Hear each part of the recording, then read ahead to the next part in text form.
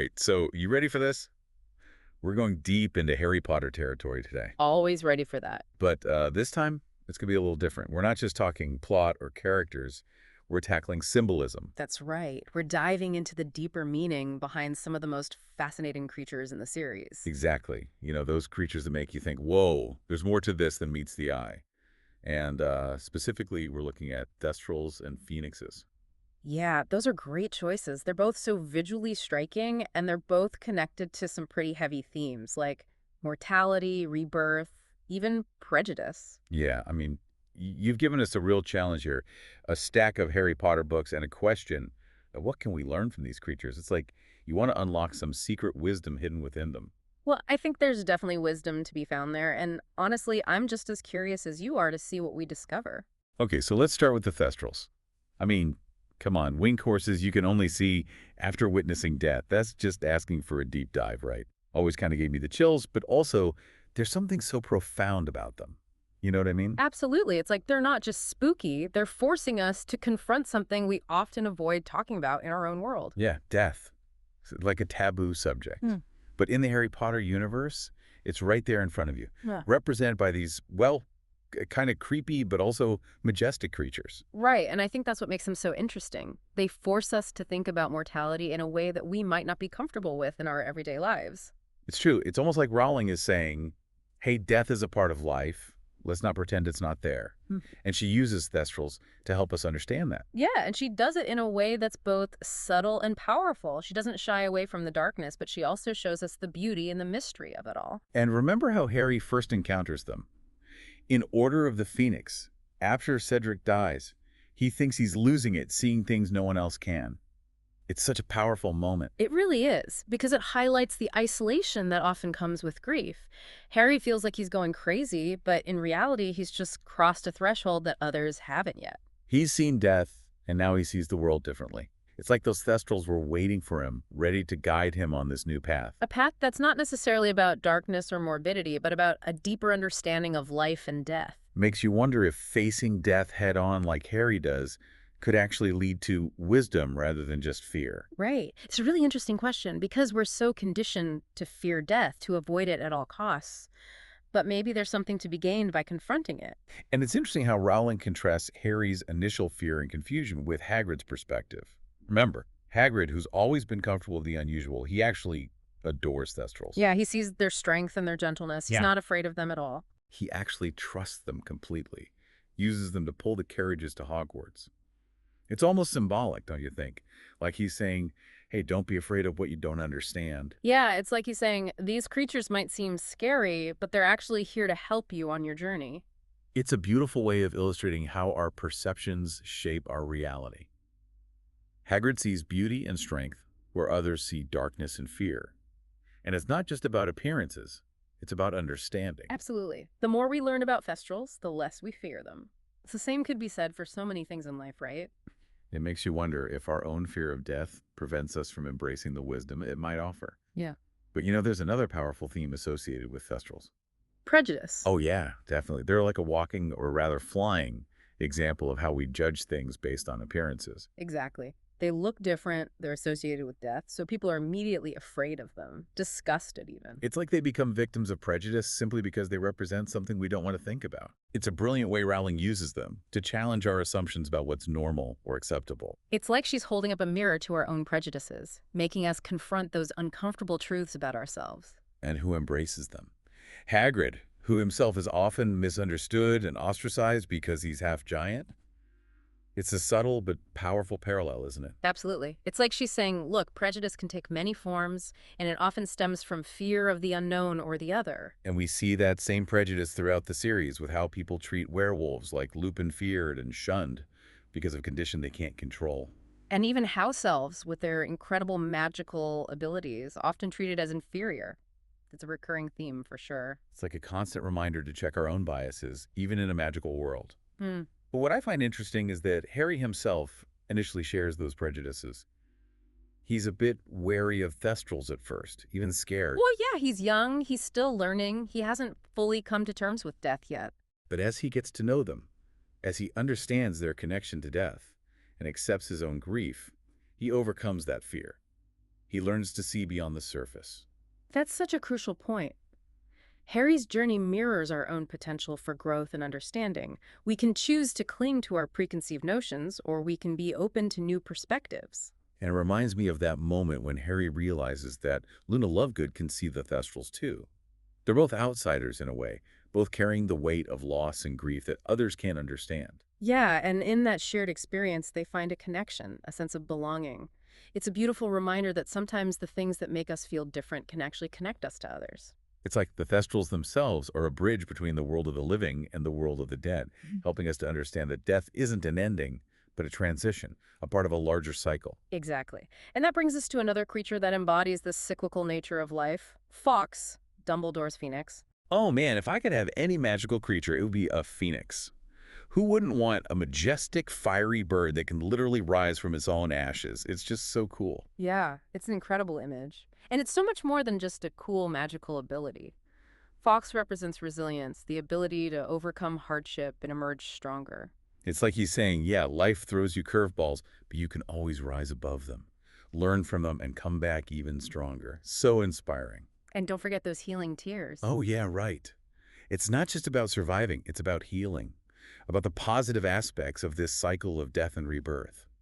Fox tears are like a symbol of hope and renewal. And they remind us that even in the darkest moments, there's always potential for healing and growth. But it's not always easy, is it? Rowling doesn't shy away from showing us the pain of Fox rebirth. Mm. It's described as agonizing, almost like he's going through a crucible each time. That's true. It's a reminder that growth and transformation often involve pain and struggle, but it's worth it in the end. It reminds me of that Dumbledore quote. To the well-organized mind, death is but the next great adventure. He seems to understand that growth often comes with pain. And Dumbledore, like Fawkes, embodies resilience. He's faced incredible loss and hardship, but he always manages to rise above it, learn from it, and use his experiences to guide others. You know, it's not just Dumbledore and Fox. Harry himself goes through multiple rebirths throughout the series. Think about how he faces Voldemort time and again. Each encounter is like a metaphorical death and resurrection. He's constantly challenged, pushed to his limits, but he never gives up. He keeps coming back stronger, more determined. Like those experiences, those moments of profound loss and hardship that ultimately shape him into the wizard he's meant to be. Rowling really emphasizes that idea of the transformative power of adversity. It's a powerful message for sure. And what's fascinating is how both Thestrals and Phoenixes, two very different creatures, reflect these interconnected themes of transformation, growth, and coming to terms with loss. It's like they represent two sides of the same coin, two essential aspects of the human experience. Exactly. They remind us that life is a journey of constant change, of facing challenges and emerging transformed, and that even in the darkest moments, there's always potential for growth, renewal, and even hope. But there's another layer to Fawkes symbolism that I think is worth exploring. His connection to Dumbledore is so profound and multi-layered. Yeah, you're right. It's like Fawkes is almost an extension of Dumbledore himself, a physical embodiment of his wisdom and spirit. It's true, Fawkes is always there at crucial moments in Dumbledore's life, offering support and guidance. It's almost like he's an extension of Dumbledore's intuition, his connection to the magical world.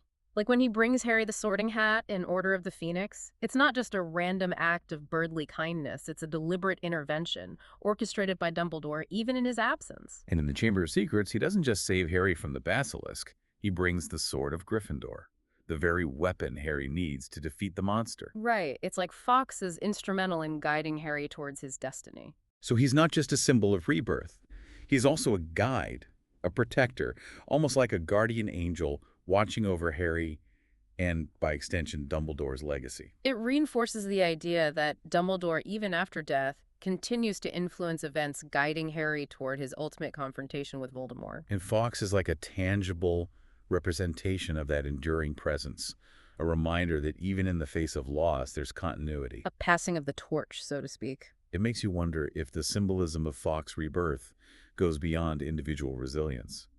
Maybe it also represents the passing on of knowledge of wisdom from one generation to the next. I think that's a really interesting idea, and it speaks to the larger themes of mentorship and legacy that run throughout the series. Dumbledore knows he can't defeat Voldemort alone.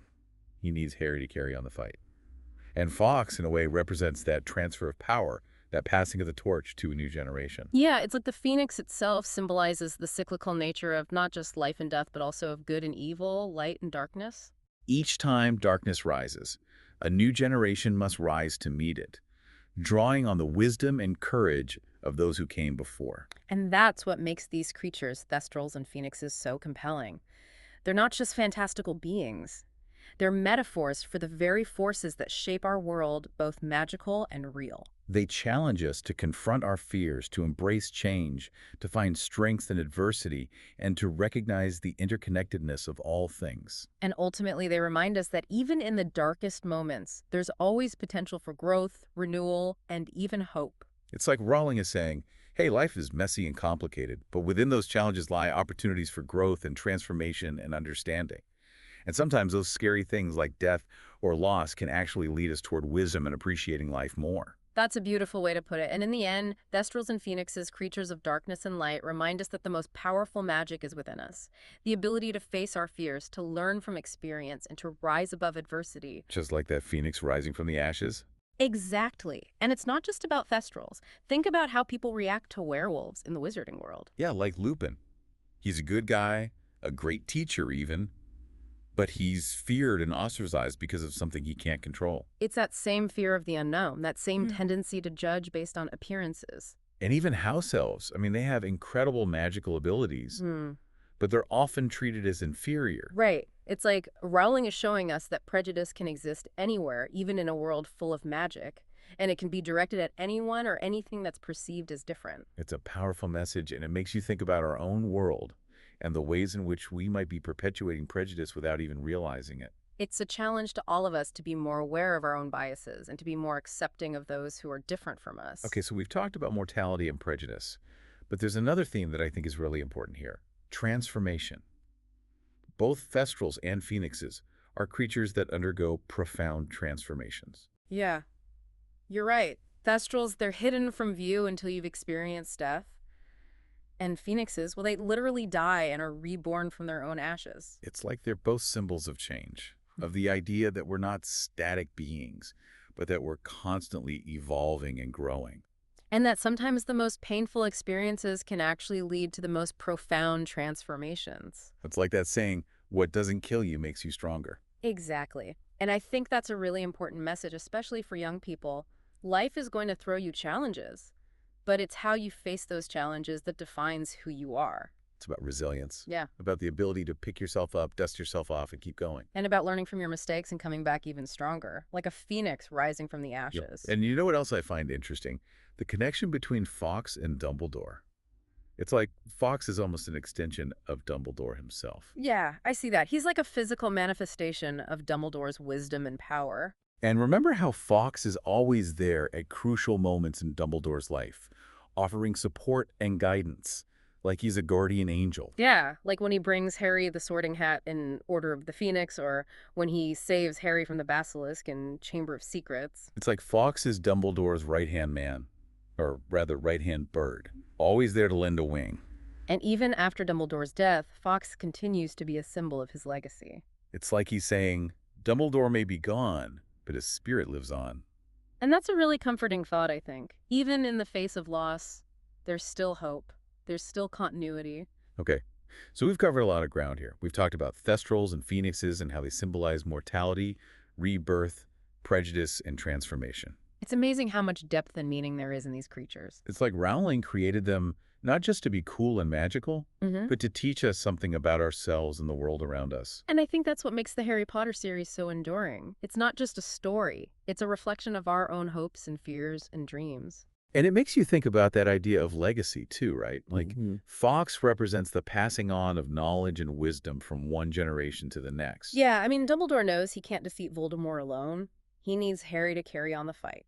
And Fawkes is kind of like that bridge between them, passing the torch, so to speak. Right. It's like the phoenix itself symbolizes that cyclical nature, not just of life and death, but of good and evil, light and darkness. It's like every time darkness rises, a new generation has to step up and fight back, using what they've learned from those who came before. And that's what makes these creatures, Thestrals and Phoenixes, so fascinating.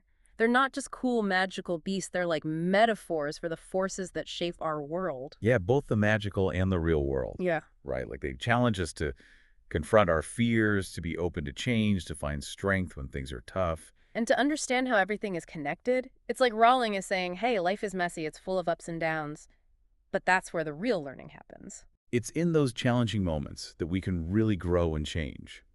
And sometimes those scary things like death or loss can actually lead us to a better understanding of life. It's like those creatures are showing us that even in the darkest times, there's always hope for renewal, for transformation. And the most powerful magic of all is the kind we find within ourselves.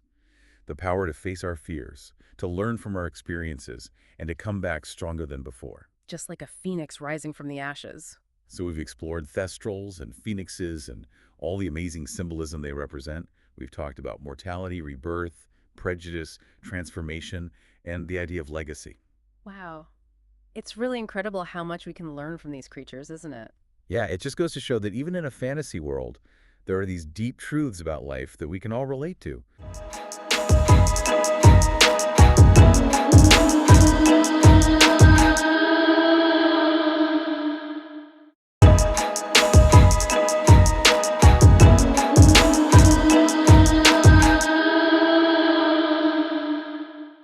All right, so we've got this big stack of books and articles here all about Hagrid.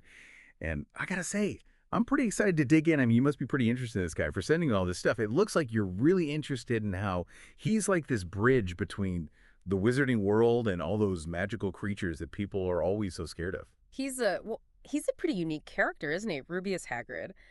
A half giant with a heart bigger than probably bigger than Hogwarts itself. He just Yeah. seems to have this natural empathy for anything or anyone that's different or, kind of pushed to the edges of society, even those that other wizards would just assume get rid of entirely. Yeah, that's what really struck me too, right from the start. Yeah. I mean, he's the one who brings Harry into the wizarding world, right? Breaking down that barrier between the ordinary muggle world and the magical one, and then boom, right away he's introducing Harry to all these different creatures like Fluffy the three-headed dog or even those talking portraits. It's like he's trying to reshape Harry's perspective right from the get-go. Yeah, and it's not just Harry, Think about how he teaches his Care of Magical Creatures classes. I mean, he's constantly pushing those kids to interact directly with creatures that Hmm. most wizards wouldn't even go near. Encouraging them to face their fears and really appreciate what makes each creature unique. Yeah, he's not afraid to get his hands dirty, that's for sure. From Fluffy to Aragog, and that whole colony of Acromantula Hagrid seems to connect with creatures that most wizards would label as monsters. I mean, let's be real here. Most wizards wouldn't go within a mile of a spider that big, let alone defend it when it's accused of attacking students. Like what happened with that whole Chamber of Secrets incident. Oh, absolutely. His defense of Aragog, even when everyone was pointing fingers at him for opening the Chamber of Secrets, it just shows how deeply he believes in these creatures, even when they're seen as dangerous. It makes you wonder if maybe the wizarding world is a little too quick to judge based on how things look or what they've heard instead of trying to actually understand how a creature behaves individually. That's a good point. I mean, if Hagrid can find common ground with a giant spider, maybe there's hope for understanding between any two beings, even if they seem totally different. Exactly. And the fact that he never gives up on Aragog even after the whole Acromantula colony turns against him, well, it just shows how much he believes in the possibility of coexistence. That even species that are natural enemies can find a way to live together and understand each other. And it's not just Aragog, right? Remember how fiercely he defended Buckbeak during that whole trial and execution mess? He risked his job, his reputation, everything to save a hippogriff that most wizards had already written off as Yeah. dangerous talk about standing up for what you believe in, even when it's not the popular thing to do. Yeah, Hagrid's actions go way beyond just caring for these creatures. It's like a form of activism. Yeah. He's constantly pushing back against the ministry and how they try to control and suppress magical beings. He wants people to have a more nuanced understanding of their nature. He's almost trying to shift the entire wizarding world's perspective, isn't he? Trying to get them to see these creatures not as threats, but as individuals who deserve respect and understanding. It's a pretty big task, even for someone as large as Hagrid. It is. And it's not always about these big, grand gestures of defiance either. It's the little things, too. Mm. The way he talks about creatures with such affection and excitement, it's almost contagious, like he's chipping away at those old prejudices one conversation at a time. Yeah, he definitely has a way of making you see things from his point of view, like he's inviting you to share in his wonder and appreciation for the magic and everything, even the things that might seem a bit scary at first. Speaking of seeing the world differently, we should probably talk about how Hagrid's own experiences as a half-giant might have influenced his empathy for magical creatures. After all, he's faced his fair share of prejudice too, trying to navigate a world that doesn't quite accept him for who he is. That's true. Now that you mention it, there are definitely some parallels between how some wizards treat Hagrid and how they treat creatures like Aragog or Buckbeak. It's like he understands what it feels like to be judged and feared just because of how you look rather than who you are on the inside. Exactly. That feeling of being different, of not quite belonging, it seems to fuel his passion for inclusivity. He's constantly challenging the status quo, pushing the wizarding world to look beyond those narrow definitions of what's normal or acceptable. So in a way, Hagrid's fight for magical creatures is also a reflection of his own struggle for acceptance in the wizarding world. He's fighting for their right to exist, to be seen as individuals, just like he's fighting for his own place in a world that judges him for his heritage. It's definitely an interesting connection, and when you look at it through that lens, his actions become even more meaningful. He's not just advocating for creatures, he's advocating for a world where difference is celebrated, not feared. Wow, that's a really powerful way to think about it. And it makes me wonder how much of Hagrid's upbringing shaped his views. I mean, we know his mother was a giantess who left when he was young, and his father was a wizard, but a rather small one. Yeah. It seems like he was destined to be different right from the start. That's definitely something worth exploring. Maybe we can dig into Hagrid's family history a bit more and see if there are any clues there about where his unique perspective on acceptance and integration comes from. You know what? I was just thinking the same thing. Let's take a closer look at his past and see what we can uncover. So, picking up where we left off, it's really interesting to think about how Hagrid's early life might have shaped the way he sees the world. I mean, his family history is anything but ordinary. Yeah, we talked a bit about his mother being a giantess and leaving when he was young, which definitely adds another layer to his whole half-giant identity. But you mentioned something about a brother. Oh, yeah, Grop Hagrid's half-brother. He's a giant, too. But, well, let's just say he's quite a bit bigger and not exactly known for his manners. Hagrid actually brings Grop into the Forbidden Forest, tries to protect him, and maybe even teach him some basic social skills. Hold on. He brought a giant into the Forbidden Forest. I mean, a giant with giant-size everything, presumably including an appetite for smashing things. That sounds like a recipe for disaster, even for Hagrid. It does, doesn't it? But think about what that says about Hagrid. I mean, even with all the obvious challenges and, let's be honest, the potential dangers, he still puts family first. He sees past Grop's rough exterior, recognizes that need for connection and belonging, even if that connection comes in the form of a giant who likes to uproot trees for fun. That's some serious empathy right there, seeing the vulnerability beneath all that size and strength, and responding with patience and compassion, even when it would be easier to just walk away. Exactly. Yeah. It shows how much he values family, even when society doesn't exactly approve. I mean, giants aren't exactly welcomed with open arms in the wizarding world, are they? It really reinforces that idea of inclusivity we were talking about earlier. It's like he's saying family is family no matter what, no matter how big or strong or how many trees they might accidentally flatten. He sees the inherent worth in Grop, not just as a giant, but as his brother. And honestly, it kind of humanizes giants in a way you don't often see in the wizarding world. I agree. He's challenging those stereotypes about giants being nothing but destructive brutes, showing us that even the most different among us, even those who might seem intimidating or dangerous, can still crave connection, can still learn and find a place where they belong. Which brings us back to his advocacy for magical creatures. It's not just about protecting them, it's about creating a more inclusive society where differences are understood and respected. And maybe even celebrated. Think about how Hagrid consistently champions those creatures that are the most misunderstood and feared acromantula thestrals, even those blast-ended scroots. He sees the beauty and wonder in all of them and encourages others to do the same. It's that childlike enthusiasm of his, isn't it? It's hard to resist. He's not just talking about the importance of understanding. He's living it and inviting you to join him on that journey of discovery. Right, and in doing so, he's challenging the ministry's approach to magical creatures, which is often very rigid and based on fear. I mean, their whole classification system, as we talked about before, is based on how dangerous they perceive a creature to be, not on how it actually behaves. It's like they've got these boxes, these labels, and anything that doesn't fit neatly inside is automatically considered a threat, regardless of its true nature. And that's exactly what Hagrid pushes back against. He argues for a more nuanced approach, one that considers individual behavior and recognizes that all creatures, even those the ministry labels as dangerous, have the capacity for good. He sees the potential for rehabilitation, for second chances. Not just for creatures, but maybe for the whole wizarding world. He's urging them to evolve, to move past fear and prejudice and embrace a more compassionate and understanding way of coexisting. When we're talking about Hagrid's perspective, we can't ignore his experiences in Azkaban. I mean, those years he spent imprisoned with the Dementors, that must have had a huge impact on him. It's hard to even imagine what that must have been like, being surrounded by creatures that feed on your happiest memories, literally sucking the joy out of your soul. It's no wonder that experience left such a mark on him. And yet, even after all that, he came out of that darkness with his spirit intact. Remember what he told Harry. You can't really remember who you are after a while, and you can't really see the point of living at all. It's a pretty chilling statement when you think about it. It shows a deep understanding of what it means to be stripped of your identity, to be dehumanized. It's like he's connecting his own experience in Azkaban to the struggles of the creatures he fights for.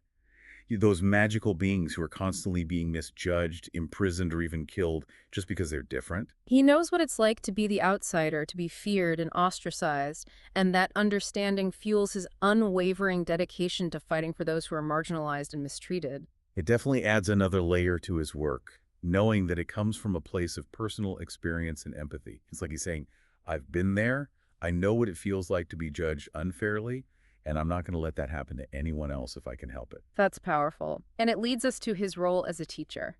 His classroom, as we've touched on, isn't limited to the traditional setting.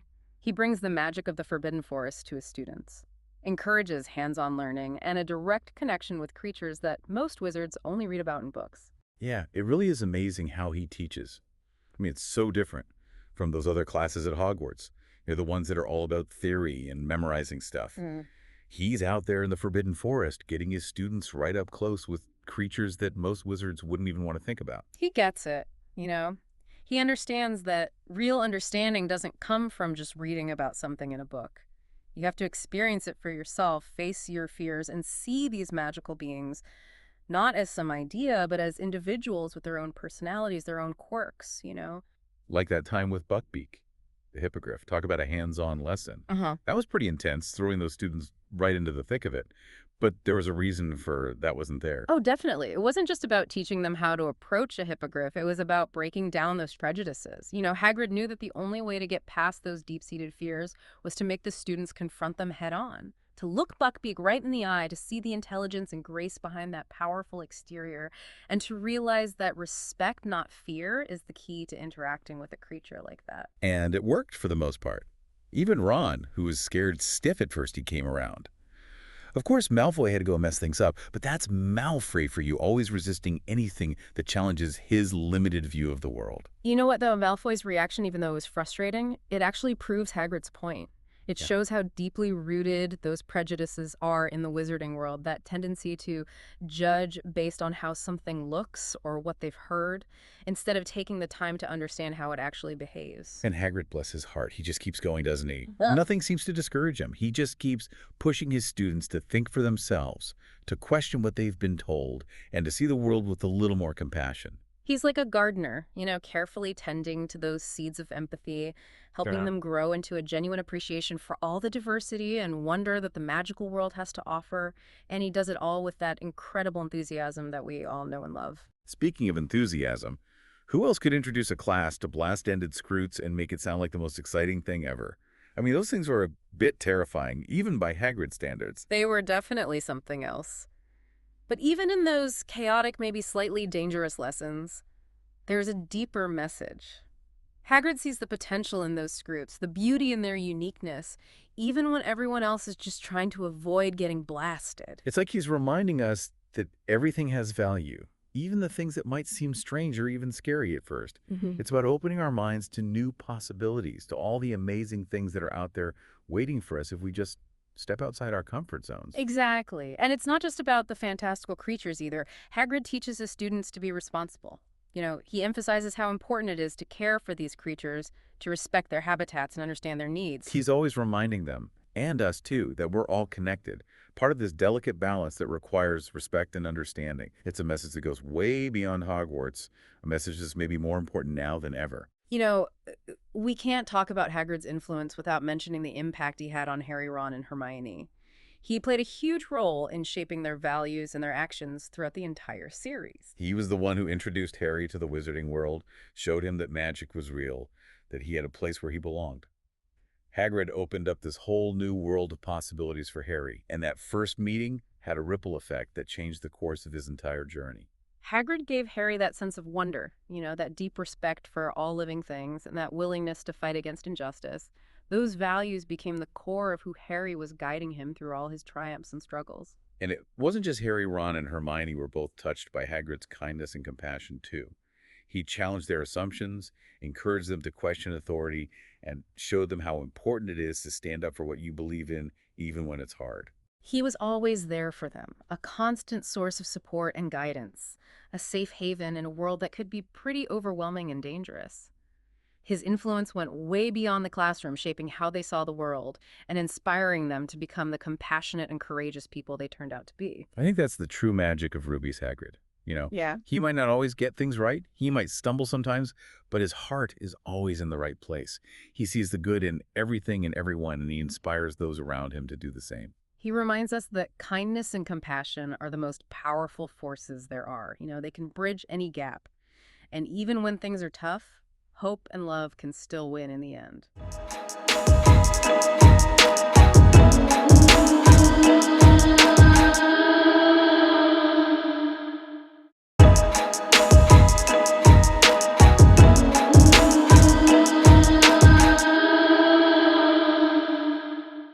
Welcome back, everyone. We're diving deep into the wizarding world again today. But this time we're taking a closer look at some of the magical creatures in the Harry Potter universe. Sounds intriguing. Yeah, and thinking about how they might reflect some bigger issues, even in our own world. I mean, we've got a ton of excerpts from the books that you sent in, so All right. we're ready to get into it. Ready? Definitely. It's always fascinated me, how these creatures, these fantastical creatures, can actually be a way for us to kind of look at things like prejudice and social structures, even the ethics of power. Right, and I think one of the most kind of heart-wrenching examples is with the house elves. Absolutely. Dobby's story and Chamber of Secrets. I mean, Oh, yeah. he's absolutely terrified of the Malfoys and just wants to be free. It really makes you think about how deeply ingrained servitude can be. It's not just being forced to work. It's a whole belief system that your place is to serve. Like your identity is tied to being a servant. I mean, we see echoes of this in the real world, right? And things like slavery or indentured servitude. It raises the question, what is freedom? When someone's been conditioned to think they need to be controlled, It's true.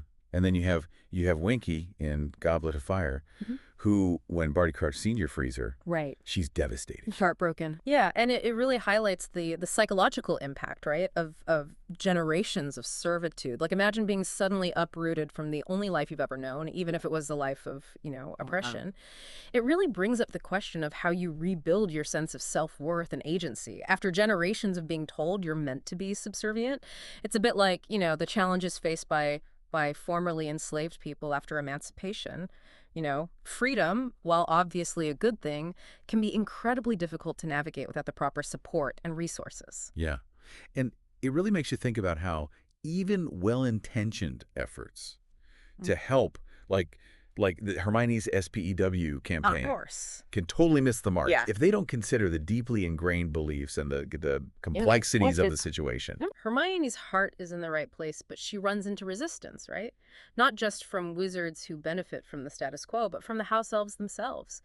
And it just shows that dismantling systems of oppression isn't as simple as waving a wand and declaring everyone equal. It requires a deeper understanding of the historical, social, and even psychological factors at play. Right. And then, of course, you have Creature, who, at least at first, seems to genuinely prefer serving the Black family, even with all their, let's just say, unpleasant views. Well, Creature's story, I think, reminds us that even within these oppressive systems, people can develop complex and often conflicting feelings about their own position. It highlights the danger of making generalizations, and assuming everyone experiences oppression in the same way. I mean, his loyalty, misplaced as it might be, shows how individuals can internalize the values of their oppressors and even find a sense of identity within those power structures. And untangling that web of internalized beliefs and trauma is a huge part of what true liberation requires. Yeah. All right, let's shift gears for a sec. Let's talk about giants. Yeah. So Hagrid's half-brother, Grop, in Order of the Phoenix, he causes. like Yeah. a bit of a stir at Hogwarts. He does. Grop's a fascinating example of how, physical differences and perceived lack of intelligence can lead to fear and prejudice. Right. His immense size, limited speech, tendency toward violence, it triggers those primal anxieties about things we just don't understand. He becomes, almost an embodiment of the other, the outsider that, we instinctively fear and push away. Sadly, something we see mirrored in our own world all the time. Yeah, and it's not just a Hogwarts problem. I mean, even Professor Binns mentions giant wars in his History of Magic class. That's right. So there's a long history here. Exactly. So Grop's individual experience, right, it actually connects to this larger pattern of marginalization and exploitation. This isn't just about one giant being different. It's about a whole species being, demonized and pushed to the fringes of society, Right. It makes you think about how often fear and ignorance are used to justify the mistreatment of entire groups of people throughout history. It makes you wonder, what are the Grops in our own world? And how are we perpetuating those cycles of fear and exclusion? It's a good question. And Dumbledore and Hagrid, I mean, they try their best to integrate Grop They do. into the wizarding community, but it's not easy. No, it's not. And their efforts highlight how challenging yet crucial it is to break down those barriers of prejudice. True inclusion isn't just about tolerating difference. It's about creating a space where everyone feels valued and respected, regardless of their, size, intelligence, or any other characteristic that makes them different. It requires patience, understanding, and a willingness to challenge our own, deeply ingrained biases. And it also makes you think about, the very definition of intelligence and how those definitions can be used to exclude and control others. Yeah, it's really interesting. So, we've talked about giants facing prejudice because of how they look and maybe how smart people think they are. Right. But then there are centaurs who are mistrusted for totally different reasons. Like Yeah. their desire for autonomy, their way of life. I mean, in Order of the Phoenix, we meet Firenze. Of course. Yeah. And he becomes a divination teacher at Hogwarts. Right. And he's got some pretty strong opinions about human interference. He does. Ferenzi's perspective is so important because it represents, a group that wants self-determination and this connection to nature that I think a lot of humans have lost. The centaurs are wary of human interference. And it's a perspective that resonates with a lot of indigenous cultures who have faced colonization and the exploitation of their land and resources. Yeah, it's almost like they exist as a separate nation within the wizarding world, Yeah, with their own laws and customs. And this, of course, leads to tension, especially with Hagrid, of course. who tries to befriend them, but Yeah. often kind of blunders because he just doesn't get their culture.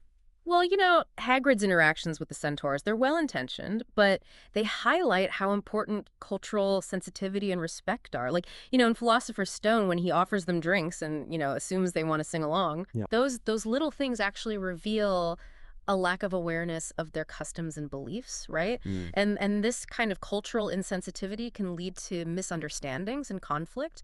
It mirrors situations we see in the real world, where dominant cultures often don't appreciate or respect the traditions and perspectives of marginalized groups. It's a reminder that, like, being an ally, a true ally, Right. requires more than good intentions. It does. It really demands humility, a willingness to listen and learn, and a recognition of our own biases. Yeah, you really have to do the work. Precisely. And building bridges between different cultures requires understanding and respecting boundaries. It's Yeah. about recognizing that different perspectives and ways of life have inherent value, even if we don't completely understand them. Okay. Speaking of misunderstanding and prejudice, Yeah, our next magical creature takes us into a realm that a lot of wizards find, well, unsettling. right. Thestrals. Thestrals. Yeah. These creatures, they're only visible to those who have witnessed death. And that leads to a lot of fear and superstition around them. They embody the idea that what we don't understand, we often fear. And the wizarding community shuns them, sees them as bad omens simply because they represent something uncomfortable, mortality. This fear is rooted in a refusal to confront the reality of death. It's a very human tendency, right, to avoid uncomfortable truths. It's so ironic, though. These creatures that are so feared and misunderstood, I know. they're actually gentle. And they even serve a crucial role. I mean, they transport students to and from Hogwarts. Exactly. The fact that Thestrals, these symbols of death, help students navigate their journey through the magical world suggests that confronting these difficult experiences can actually lead to growth and understanding. It challenges this notion that what's unfamiliar is inherently dangerous and reminds us that knowledge and understanding can dispel fear and prejudice. Hmm. Okay. This brings us to a kind of unsettling aspect of how magical creatures are treated. Oh. In the wizarding world, their use in warfare. We see both house elves and giants exploited in these magical conflicts. Yeah. And it raises some serious ethical questions. The use of sentient beings as tools of war, it's a very morally complex issue. And in the Harry Potter series, we see how both house elves and giants, often because of their social standing and perceived vulnerabilities, are manipulated or coerced into fighting battles that don't serve their own interests. This mirrors historical instances where marginalized groups are disproportionately affected by war, often bearing the brunt of the violence, but having little say in the conflict itself. Yeah, like in Deathly Hallows, Right. when we see giants fighting alongside Voldemort Exactly. at the Battle of Hogwarts, it's really chilling. It is. It's a powerful example. The giants, already marginalized, misunderstood, they become pawns in a conflict that's fueled by ideologies of pure blood supremacy and, this lust for power. Their participation in the battle underscores the tragic consequences of prejudice and social inequality. And it highlights how those who are devalued and disenfranchised are often the most vulnerable to exploitation and manipulation. It's a reminder, that recognizing the inherent worth and dignity of all beings is so essential to preventing these abuses of power. It's a lot to think about. It is. So what does this all mean for us in the real world? Right. How do we apply these fictional scenarios to our own lives? Well, these fantastical scenarios, I think they offer valuable insights into human behavior and the complex dynamics of power, prejudice, and social justice. By examining how magical creatures are treated in the Harry Potter series, we can gain a deeper understanding of how similar patterns of exclusion, exploitation, and dehumanization, play out in our own world. It makes you wonder, if magical creatures did exist alongside us, would we treat them any differently? That's a question worth pondering. I mean, throughout history, humans have often responded to the unknown with fear, with aggression, leading to the exploitation and mistreatment of, different species and even fellow human beings that are considered other. The Harry Potter series serves as a cautionary tale. It reminds us that embracing diversity, challenging our own biases, and advocating for the rights of all beings, regardless of their differences, is crucial to creating a more just and compassionate world. Wow. This has been a truly, truly eye-opening deep dive. Yeah. I mean, from the plight of house elves to the marginalization of giants to the desire for autonomy among centaurs, we've really explored how the treatment of magical creatures reflects our own societal struggles with things like servitude and prejudice and the ethics of power. It's amazing what we can learn from these stories. What stood out to you the most from our conversation today?